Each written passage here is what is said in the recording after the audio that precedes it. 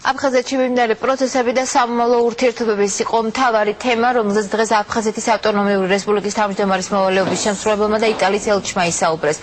უახლოეს მომავალში იძულებით გადაადგილებული პირებისთვის იტალიაში გასვლითი პროგრამები ამოქმედება. დღევანდელ შეხვედრაზე ელჩმა კიდევ ერთხელ დაადასტურა, რომ მხარს უჭერს საქართველოს ტერიტორიულ მთლიანობას. იტალიის მთავრობა მხარს უჭერს საქართველოს ტერიტორიულ მთლიანობას. ჩვენ ვისაუბრეთ ორ ქვეყანას შორის სამომავლო ურთიერთობების განვითარებაზე. ჩვენი საელჩოს შეთავაზებაა მოხდეს ქართველი დევნილი სტუდენტების გაცვლით პროგრამაში ჩართვა და მათი იტალიაში გამგზავრება.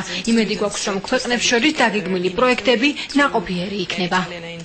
ქალბატონმა ელჩმა გამოთქვა საუბარ იმის თაობაზე, რომ ჩვენ შეიძლება ვიყოთ მოწვეული იტალიაში და თქვათ გავაცნოთ იტალიის საზოგადოებას ის რეალობები კონფლიქტთან დაკავშირებით, მისი გენეზისი და ჩვენი ხედვები კონფლიქტის მოგვარებასთან დაკავშირებით.